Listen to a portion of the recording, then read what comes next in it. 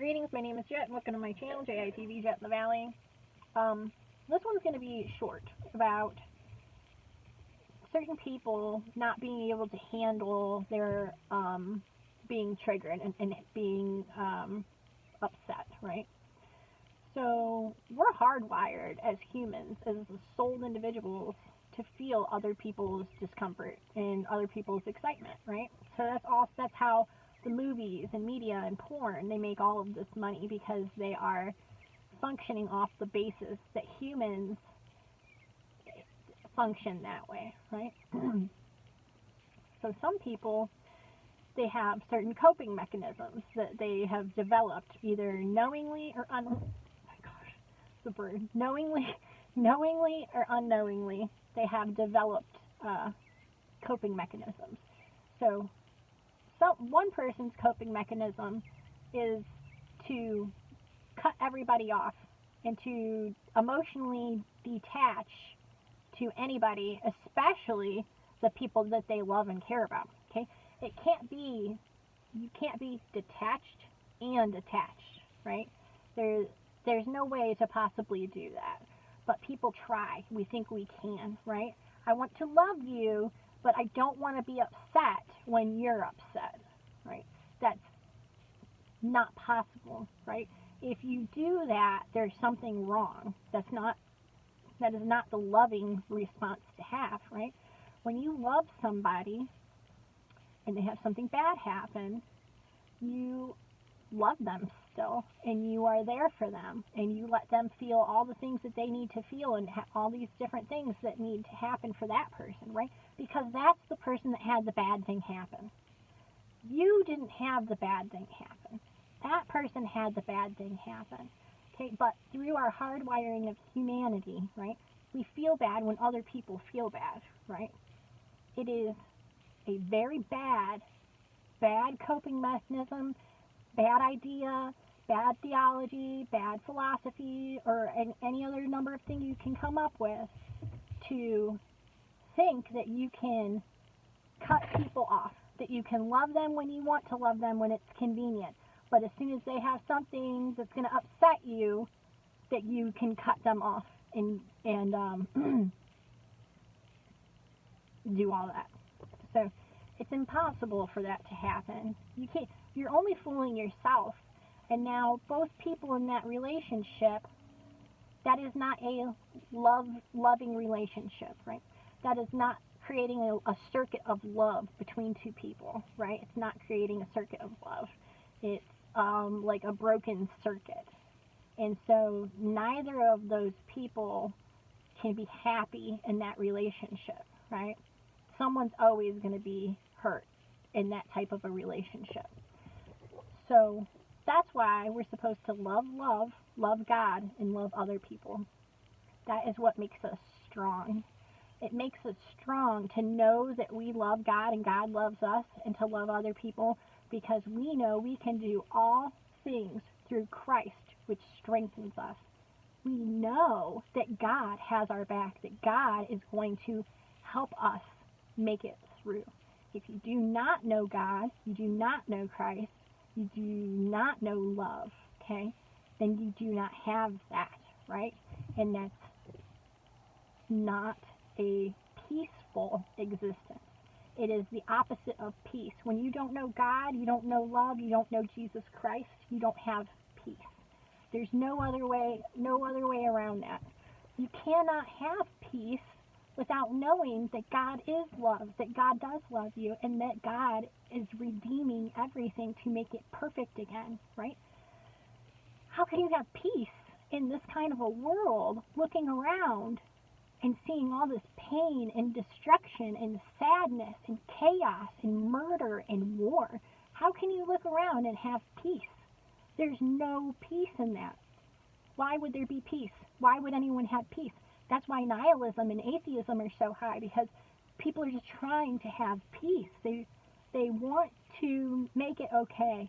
They want to make things okay so they can continue living and not want to kill themselves and not want to kill other people.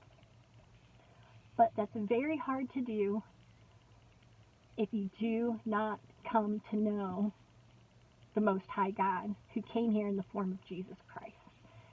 That is the way to get the peace and love, joy, the fruits of the Spirit. You have this is the only way to get the fruits of the Spirit. If you have not come to understand that God is love, right, and you have not accepted Jesus Christ, you don't know it. If you don't know that, you may have some fruits of the Spirit, some patience and peace and stuff like that, right? But as soon as hard times come, you're going to lose that, right? Because why would you have peace and patience and all these things when all these bad things are happening? If you don't know that there is a plan and action to redeem and make everything perfect again, how would you have any hope when bad things happen?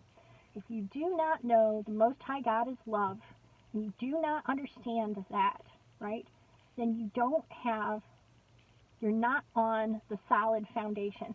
You are not on the rock. That's literally what they call it.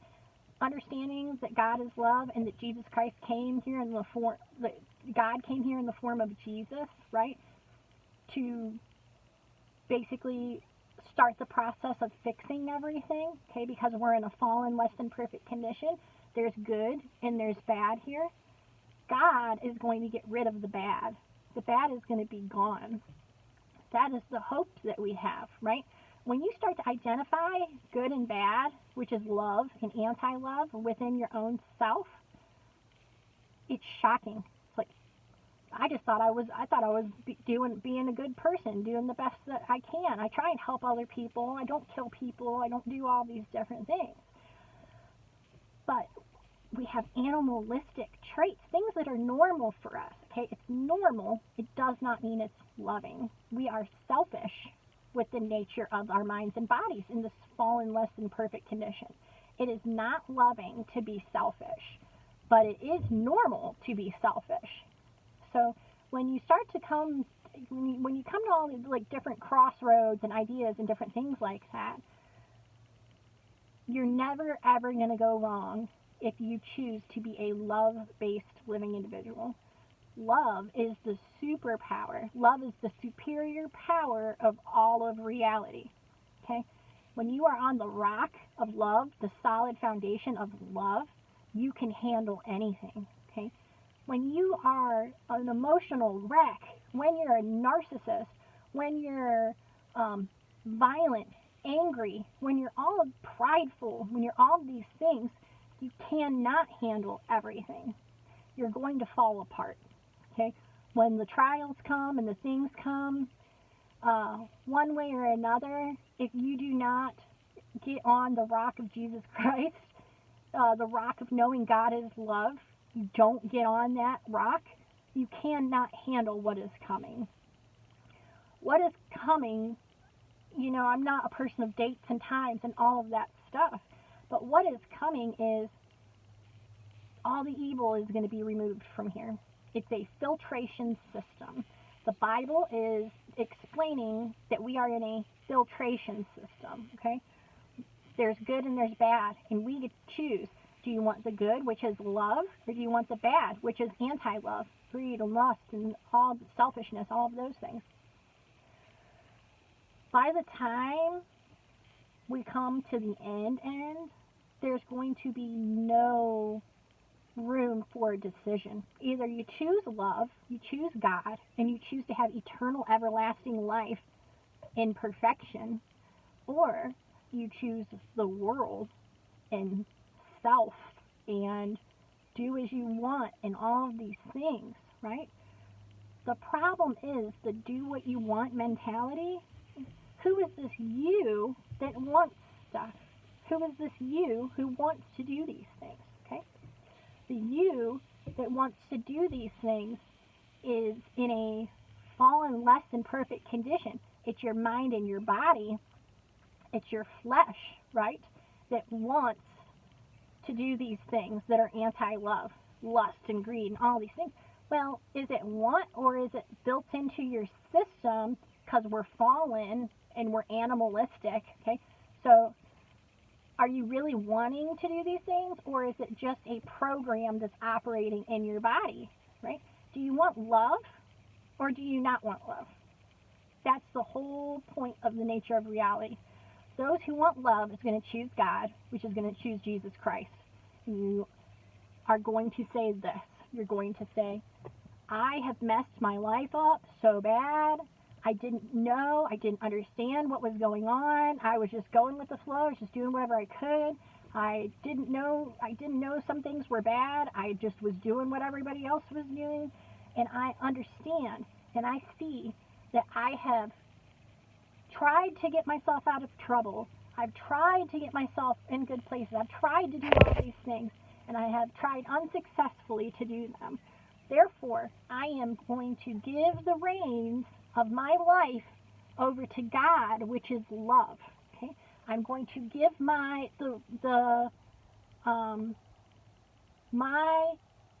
power to operate my life. Okay, I'm going to give my power to operate my life to God. And I'm going to ask God to operate my life for me because I have screwed it up and I do not know how to fix it and I don't know anything. I don't know anything. I'm going to trust that God is going to run my life for me, and He's going to, God that is love, God that sees everything, God that knows the end from the beginning, He is going to get me out of the mess that I've gotten myself in, right? But I have to do what God says, right? Because God is love and God knows the best solution for everything. You have to learn the trust of God. It says, no one will enter the kingdom of heaven without being like a little child, right? Becoming a little child again. Not actually physically, but if you're around any little kids and you go to cross the street with these little kids, right? They grab your hand, you grab their hand, right? They do not look out in the street. They don't look both ways, They know they got your hand, right? And they're just going to go do whatever. As long as they have your hand, they're going to do whatever. They're fine because they are trusting you 100% to keep them safe, right? That is exactly how we have to trust God. We have to grab His hand and go wherever we have to go with it, even if it's scary, even if it doesn't seem to make sense, and all of these different things. We have to trust that God is awesome and is love and is going to take us where we need to go. We have to have that trust in God. And if you don't have that trust, you need more knowledge, wisdom, and discernment. There's the one guy, and Jesus said, well, if you just believe, anything is possible. And the guy said, I do believe, but God, help my unbelievingness, I believe, but I also, help me not believe. Help me believe, And praying and doing things like that is exactly how you get your faith and you build your trust for God, right? God will give you everything that you need to know, to understand. Anybody and everybody, if you need something, it's very scripturally sound. God will give that to you to understand. You seek and you will find. Knock and the door will be open. But it's up to us. There's this one guy I let my daughter watch, but I don't like to let her watch him very often. He's a guy who does dog YouTube videos, right? And he pretends like he's the dog in all their different personality types, right? But he also has a segment where he pretends he's God. He pretends he's God, and he also pretends he's an angel. And they have these conversations about breeding dogs, making dogs. He's pretty funny, but this one, he's pretending to be God, and he's saying, he's like, maybe I should rewrite the Bible because people are losing their minds down there, right? Then he pauses. Then he doesn't do anything. He just starts talking. He's like, yeah, okay, maybe, meaning maybe I should rewrite it because people are going crazy, but I don't care at all that much. I don't care, trying to insinuate that God doesn't care enough about us to write a story for us to understand, when that's exactly what the Bible is. So people who think like that, they don't want their free will. Many people, they don't want free will, even though they'll say that they do, because our free will that we have is to choose love or anti-love. That's the whole meaning behind the nature of reality. Do you want to choose love? Do you want to not choose love? You have to choose it now. People are like, well, God doesn't love us because things aren't perfect and all of these different things. Like, do you want free will? Do you want to be able to make your own decisions and choices? Or would you rather if God made you like a robot that he controls you and manipulates you and does whatever, right? God loves freedom over control, right? God's a superpower. He could do anything he wants at any time with one word, okay? But he didn't do that to humans because we have free will. We were created in the image of God. We have free will, right? So our free will is supposed to be used to choose love or anti-love, God or not God. This is the whole nature of reality. Knock and you will find, seek and you will find, knock and it will be open. But you have to use your free will to do these things. God is not a forcer. God will not force you to do X, Y, and Z, right? God will try to help you, and God will chasten you and teach you not to do some of the things that keep getting you in trouble, just like a little kid, right? We love our children, so we teach them what's right and what's wrong and what's not and what's not okay, right? Say this example of a cat even. Say there's a cat and it's chewing on an electrical cord.